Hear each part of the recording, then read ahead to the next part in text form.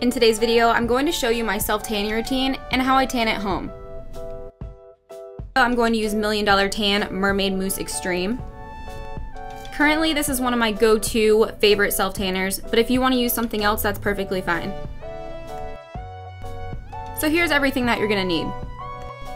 Of course, you're going to need your self-tanner. The $1 Million Mermaid Mousse Extreme is a great self-tanner for the first-time self-tanner or someone that does it all the time. It's very lightweight, easy to apply, and it looks extremely natural on the skin. I also recommend pairing a self-tanner with a dry oil body shimmer. This gives you a very natural looking glow. It gives sort of a highlight or an iridescent sheen to the skin. It's not glitter, but it does catch the light and create a radiant glow. You have many options when applying a self-tanner. I prefer using an applicator such as this. This is the Blend Friend Micro Sponge for the body, and then I use a flat top brush like this buffer brush for my face and areas that I want to contour, create tan lines, or just to get around smaller areas like my ears, my nose, my fingers. Exfoliating is extremely important, and I recommend both of these items, a loofah for the body and a Clarisonic for the face. These ensure that you have a very smooth canvas to work on. A shower cap is optional. I don't wash my hair every day, so if you're like me and don't do that, then you might want to use this to protect your hair from self-tanner or water when you're removing the self-tanner later on. Body lotion is a must. You can use body lotion or butter, and you're going to apply this when you remove your self-tanner. You're also going to put this on every day after. Moisturizing the skin will keep the tan on as long as possible, and it'll keep your skin looking and feeling healthy and hydrated. Exfoliating and shaving go hand in hand when you're prepping for a tanner. You'll want to be sure to shave the night before. You don't want to shave after because that's going to remove your tanner faster. Typically, I plan or prep to tan the night before. This allows my skin and my pores to shrink back to normal size, as well as allowing my skin to heal after shaving. If you apply the tanner directly onto the skin after shaving, you will see little dots or speckles or patches. This is where the pores and follicles are, so it's making them noticeable. It also could cause irritation. So bathing and shaving the night before allows the skin to heal. The Clarisonic and the loofah are very important to get rid of dead skin cells and also old tanner. So if a self-tanning routine is something that you do often, you want to make sure you remove any excess or old tanning patches. After your bath or shower, make sure your skin is fully dry and do not put anything else on your skin besides the tanner. You don't want to moisturize before because this is going to create a barrier and you actually won't get as tan. So again, once we're dry, we're going to go straight to the tanner. I recommend applying the tanner a few hours after or the next day. It's up to you if you want to apply the tanner naked or wearing a bathing suit to create tan lines.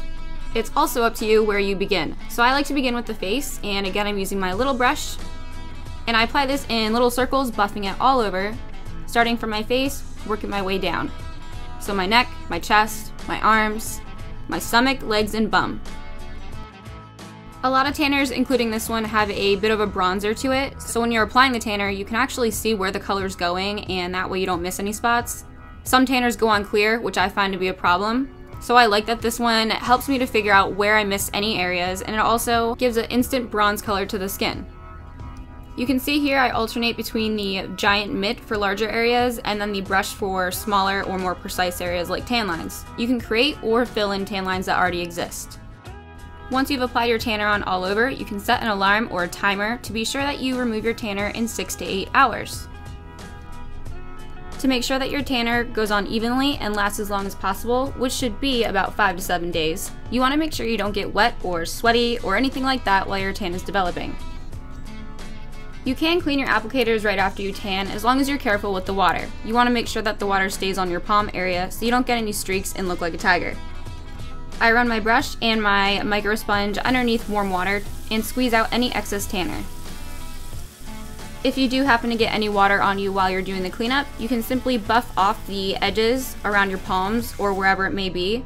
Using more of a patting motion, this will help it look more natural. And if you need to, you can also fill in with more tanner again. If you're like me and applying the tanner right before bed, you can use a fan or a hairdryer to help the drying process speed up a little bit more before you get into your sheets. After a few minutes of the cold air blowing on my skin, I get dressed with loose clothing. I also prefer darker clothing instead of white, and I let it dry for 6 to 8 hours. The color itself really shouldn't transfer much, but if it does wash out, and wearing darker, loose clothing will also help prevent this. The next morning, I shower or bathe as normal. You will notice some of the bronzer washing off at this time, but the tanner itself is fully developed. Now you can apply lotion and continue to do so daily to keep your tan moisturized. And that is everything for my self-tan, tan at home, whatever you want to call it, routine. I hope you guys enjoyed this video. If you have any other questions, make sure you comment below and read the description box for more information. Be sure to give this video a thumbs up. Don't forget to subscribe, and I will see you in the next video.